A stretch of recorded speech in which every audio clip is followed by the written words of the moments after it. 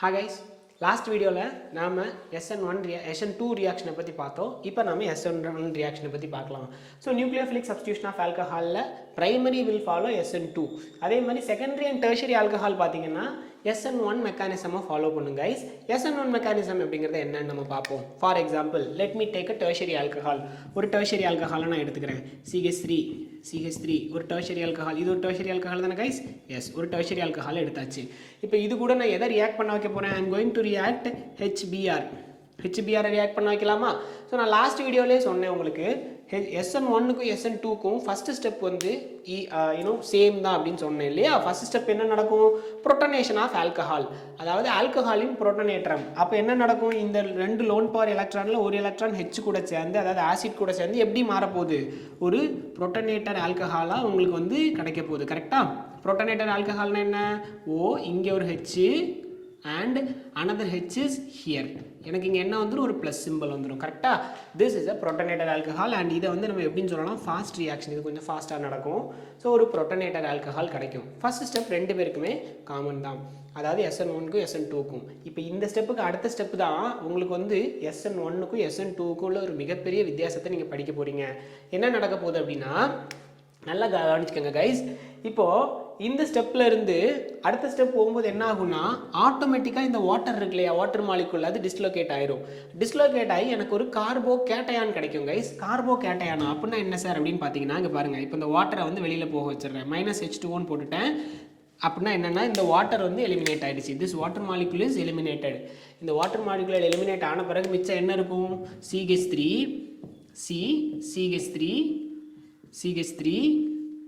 இப்போ இந்த இடத்துல என்ன ஆயிரும்? ப்ளஸ் வந்துடும். புரிஞ்சுதுங்களா? ஏன்னா ஒரு வாட்டர் மாலிகுல் வெளியில் போனனால இந்த ப்ளஸ் இங்கே டிஸ்லோகேட், அந்த வாட்டர் மாலிகுல் டிஸ்லோகேட் ஆயிடுச்சு. அதனால் எனக்கு புதுசாக என்ன கிடச்சிருக்கு? ஒரு கார்போ கேட்டையான் கிடச்சிருக்கு. ஸோ கைஸ் நல்லா புரிஞ்சுக்கங்க, இந்த கார்போ கேட்டையான் இருக்கு இல்லையா, இதுதான் SN1க்கும் SN2க்கும் உள்ள வித்தியாசம். SN2ல் வந்து உங்களுக்கு என்ன கிடைக்காது? கார்போ கேட்டையான் கிடைக்காது. ஆனால் SN1ல் உங்களுக்கு என்ன கிடைக்கும்? கார்போ கேட்டையான் கிடைக்கும். இதே மாதிரி நீங்கள் அங்கேயும் இங்கேயும் கம்பேர் பண்ணி பாருங்கள். அங்கே வந்து ஒரே ஸ்டெப்பில் நடந்துச்சு. என்ன நடந்துச்சு? Br வந்து நியூக்ளியோஃபிலிக் அட்டாக் பண்ணிச்சு, H2O வெளியில் போச்சு. ஆனால் இங்கே ஃபஸ்ட்டு H2O வெளியில் போயிடுச்சு, ஒரு கார்போ கேட்டையான் ஃபார்ம் ஆயிருக்கு. அதுக்கு பிறகு தான் Br வரும். புரிஞ்சுதுங்களா உங்களுக்கு? அண்ட் இந்த ஸ்டெப்பு பார்த்தீங்கன்னா இட்ஸ் ஸ்லோ ஸ்டெப்பு. இது கொஞ்சம் ஸ்லோவாக இருக்கும். புரிஞ்சுதுங்களா? இது ஃபாஸ்ட்டு ஸ்லோ. அடுத்தது பாருங்கள், இனிமேல் தான் நீங்கள் புரிஞ்சுக்கணும். இதில் உங்களுக்கு நிறைய வித்தியாசம் இருக்கும். உங்கள் புக்கில் இருந்ததுன்னா கொஞ்சம் டிஃப்ரெண்ட்டாக சொல்லித்தரேன் பாருங்கள். ஒன்றும் பெரிய டிஃப்ரென்ஸ் இல்லை, வெரி ஈஸி தான். இப்போ இந்த கார்போ கேட்டையானுக்கு அடுத்த ஸ்டெப் என்ன நடக்க போகுது பாருங்கள் கைஸ். இந்த கார்போ கேட்டையான் வந்து ரொம்ப அன்ஸ்டேபிள். ஏன் அப்படின்னா, because is carbon need another hydrogen, இன்னும் அனதர் பாண்ட் இல்லையா? 4 பாண்ட் இருக்கணும், 3 பாண்டு தான் இருக்குது. ஸோ இங்கே என்னெல்லாம் நடக்கலான்னு கேட்டிங்கன்னா, 2 விஷயம் நடக்கலாம். 2 இல்லை 3 கூட நடக்கலாம். என்ன நடக்கலாம்னா, ஒருவேளை இங்கே ஏதாச்சும் அல்கைல் குரூப் இருந்தது, இவங்க கூட வேறு எங்கேயாச்சும் அல்கைல் குரூப் இருந்ததுன்னா, அந்த அல்கைல் வந்து இந்த கார்பன் கூட வந்து பாண்ட் ஆகும். என்ன சார் சொல்ல வரீங்க? சார் நான் என்ன சொன்னேன்? Carbocation is very unstable. அதனால அது என்ன ஆகும்னா, தன்னைத்தானே ரீஅரேஞ்ச் பண்ணிக்கும்னா, ஒன்று அங்கே வேறு ஏதாச்சும் அல்கைல் குரூப்புக்கு வாய்ப்பு இருந்ததுன்னா அந்த அல்கைல் வந்து இந்த கார்பன் கூட பாண்ட் ஆகும். அப்படி இல்லை அப்படின்னா சுற்றி இருக்கிற யாராச்சும் ஒரு ஹைட்ரஜன் கூட அது பாண்ட் ஆகும். அப்படி இல்லை, அங்கே வேறு ஏதாச்சும் நியூக்ளியோஃபைல் வந்து அட்டாக் பண்ணிச்சுன்னா இந்த கார்பன் வந்து நியூக்ளியோஃபைல் கூட பாண்ட் ஆகும். புரிஞ்சுதா? நியூக்ளியோஃபைல்னா என்ன? இங்கே வந்து HBrல H போய் இவங்க கூட ஜாயிண்ட் ஆயிடுச்சு. அப்போ நமக்கு மிச்சம் ஒரு Br மைனஸ் வெளியில் போகும் இல்லையா? ஒரு Br மைனஸ் இருக்குது. அப்போ இந்த Br மைனஸ் இந்த கார்பன் கூட ஜாயிண்ட் ஆகலாம். அப்படி இல்லைங்கிற பட்சத்தில் என்ன ஆகும்னா, 3 கார்பன் இருக்காங்க பாருங்க. ஸோ இந்த கார்பனை சுற்றி 3 கார்பன் பாண்ட் ஆயிருக்காங்க. 3 பேருக்கிட்டையும் எத்தனை ஹைட்ரஜன் இருக்கு? 3 ஹைட்ரஜன் இருக்கா? அவனில் யாராவது ஒருத்தனை இந்த கார்பன் கடன் வாங்கும். ஸோ அதை தான் நான் என்னன்னு சொன்னேன்னா ரீஅரேஞ்சுன்னு சொன்னேன். ஏன் ரீஅரேஞ்ச் ஆகுது சார்னு கேட்டிங்கன்னா, because this compound is highly அன்ஸ்டேபிளாக இருக்கிறதுனால அது ரீஅரேஞ்ச் ஆகி இந்த 3 பேரில் யாராவது ஒருத்தன் ஹைட்ரஜனை யார்கிட்ட கொடுப்பான்? இந்த கார்பன் கிட்ட கொடுத்து டபுள் பாண்ட் காம்பவுண்டாக மாறும். பாருங்களேன், டபுள் பாண்ட் காம்பவுண்டாக மாறுச்சுன்னா எப்படி மாறுது பாருங்கள். CH3 இப்போ இந்த கார்பன் வந்து பாண்டை கொடுக்குதுன்னு வச்சுக்கலாமே. அப்போ இங்கே டபுள் பாண்ட் CH2ஆக மாறிடும். புரிஞ்சுதுங்களா உங்களுக்கு? என்ன நடந்திருக்குன்னு புரிஞ்சுதுங்களா? இந்த கார்பன் ஹைட்ரஜனை தந்திருக்கு, ஒரு ஹைட்ரஜனை தந்துருச்சு. ஹைட்ரஜனை என்னவா மாற்றிடுச்சு?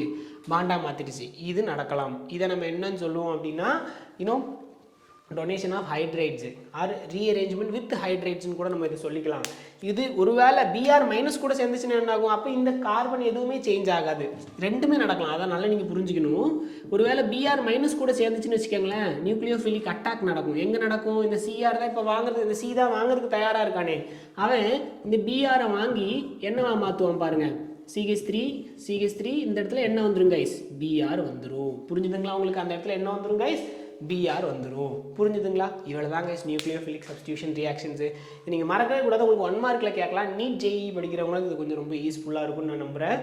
ஸோ பாருங்கள் கைஸ், இந்த ஸ்டெப்பு உனக்கு எனக்கு என்னவா நடக்கும்னா ஃபாஸ்ட்டாக நடக்கும். புரிஞ்சுதுங்களா? SN1க்கு SN2க்குள்ள ஒரு வித்தியாசம் இதே தான்.